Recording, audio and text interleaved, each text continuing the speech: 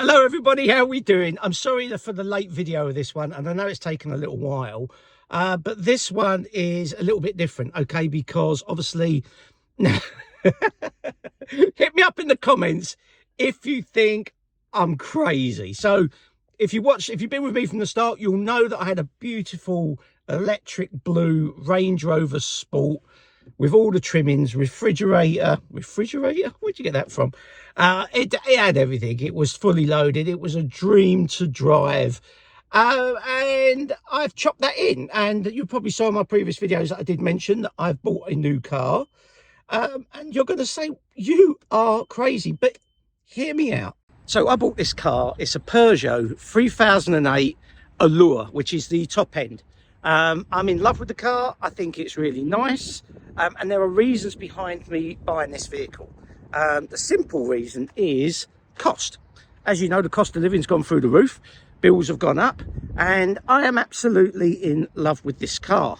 I'm going to shake you around the car. I'm going to show you the benefits of it, and then I'm going to tell you how much I paid for this car and why I've done what I've done. So let's get into this. Now, whether you're a Peugeot fan or not, I have to say, for a 2012 plate, it's not bad looking. Now, I know there's going to be a bit of controversy here with the comments. Some people are going to say, no, I really don't like the look of it. But look, it's got all the nice stuff. It's got this nice silver trim. It's got the silver trim down there. It's got the silver trim going over there. It's got the bigger wheels on this one. It's very, very clean.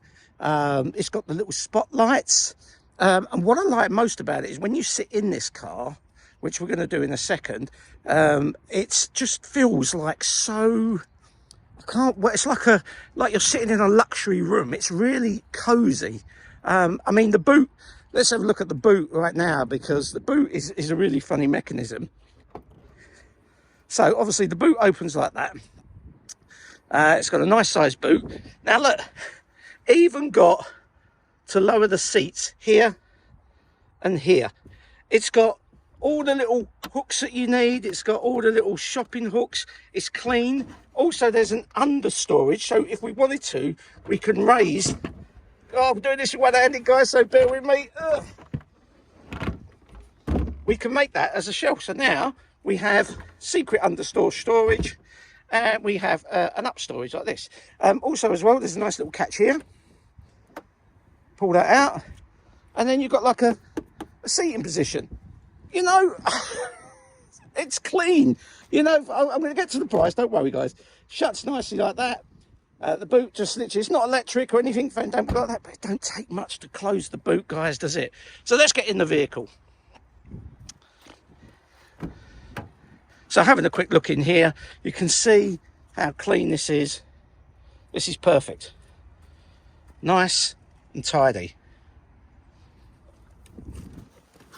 Oh. Okay, so you can see in here, this is what the cockpit looks like. Let me just see if I can zoom out to give you the full spec. Now, I'm filming this, guys, on my iPhone, but you can see that the cockpit's really, really nice. I'll start, you know, I'll put the thing on. It's got the auto dim mirror. It's got everything that you need. So it's got auto window wipers. It's got auto lights. It's an automatic, and I'll get to that in a second, because this is probably the bit I like the least, and I'll tell you why in a second for those who haven't had a Peugeot. But look how roomy it is. There's just so much openness.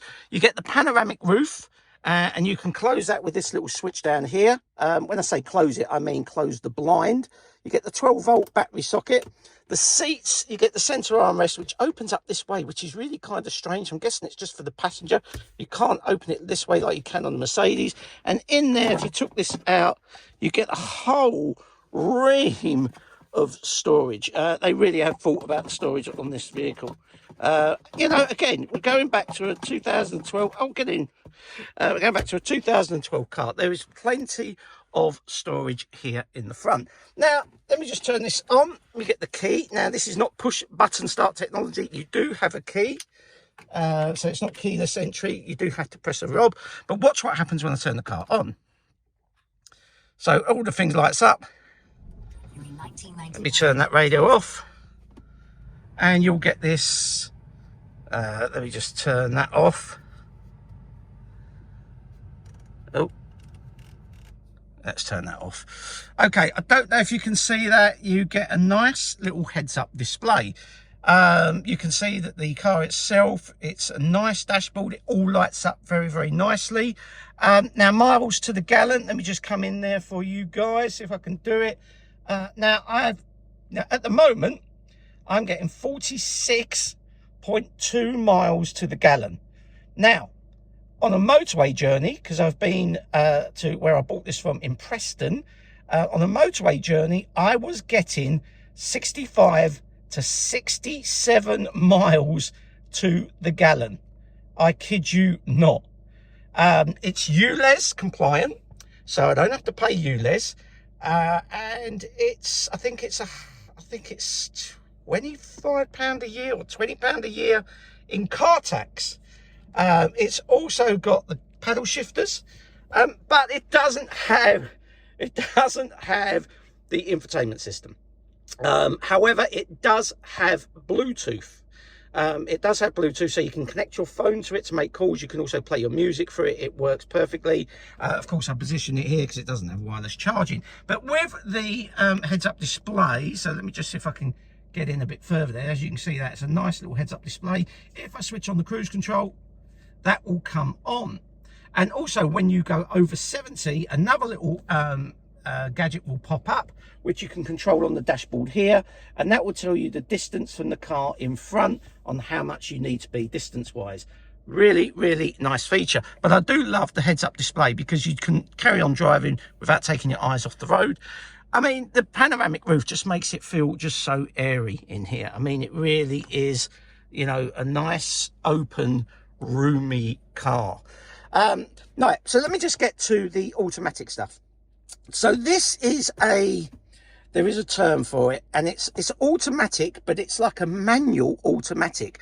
The car changes gear for you, so it's a bit weird. So whereas you're in an automatic, automatic just is seamless with changing through those gears in an automatic. With this, it's like it takes the foot off the accelerator, puts down the clutch, changes gear, and then puts the foot back on the accelerator, which is okay. When you're driving, it's very, very seamless. You hardly notice it. But sometimes when you come to a roundabout and you stop and you go to pull away, it has this judder like, oh, hang on, I've not got into gear yet. It's so frustrating. And I think sometimes can be a little bit dangerous because you want to try and you think, oh, there's a little gap I can get out in a busy street. You think you can pull out, and then the car does this judder thing. Oh my God.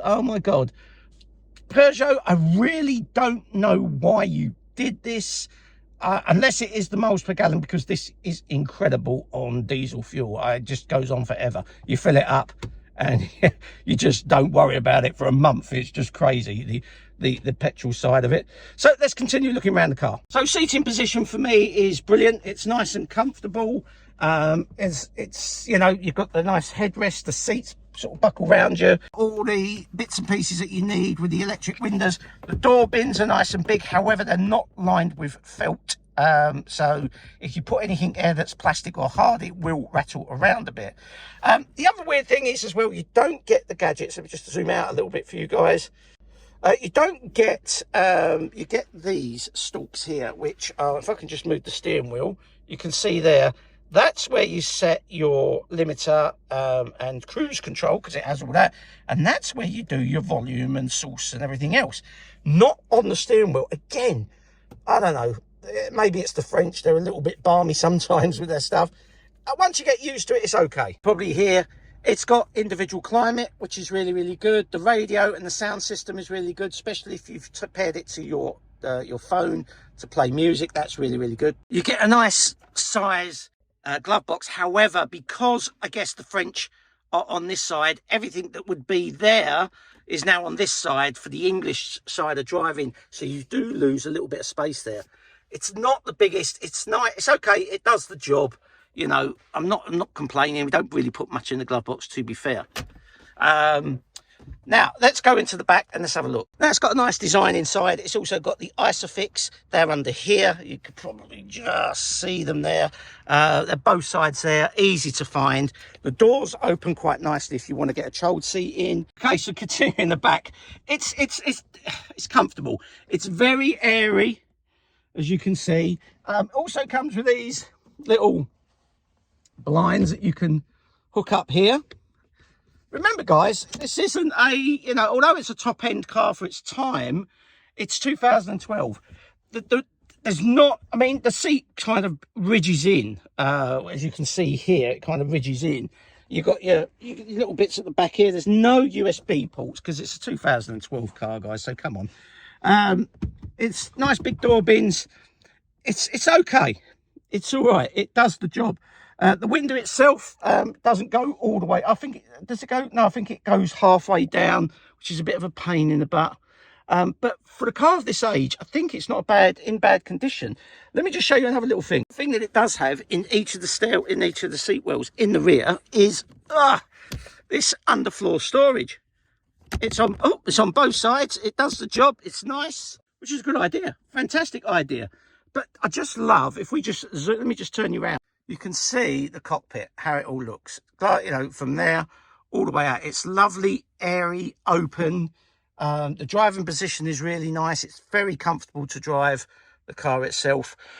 And okay, let's get to the nitty gritty. Petrol filling cap. You've got to make sure you have the key. Again, a real big pain, but it is what it is. The little area on top. This all illuminates at night. It all comes alive. But there is no interior lighting as such. So the question is, how much did you pay for this, Steve, and why did you do what you did? Okay, you know, the Range Rover is, oh my God, it was, you know, I miss it terribly. It had everything. It was a lovely car. However, it did 25 to 27 miles to the gallon. It was £650 a year in car tax. Insurance weren't overly cheap considering my age with all my no claims bonuses. If anything did need changing tyres or anything like that, it was always £150 to £200 plus, you know, for that luxury. So I got a really good deal on it. I sold it for a bit of money, and I bought this for £5,000. One single owner. In fact, no one had even sat in the back seat. The old chap that had it didn't really have anyone around.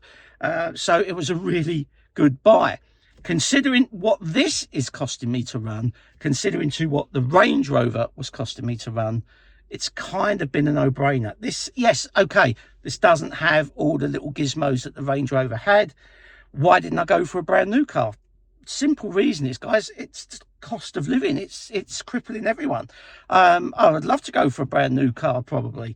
Would I buy a brand new car? I don't think I would. Unless it was given to me to test and so forth, which I'd like to do more of these things for the cars. But you know what? This is comfortable. It's nice to drive. It's got a lovely feeling about it. It's cheap to run. It's cheap to maintain because the parts are so cheap.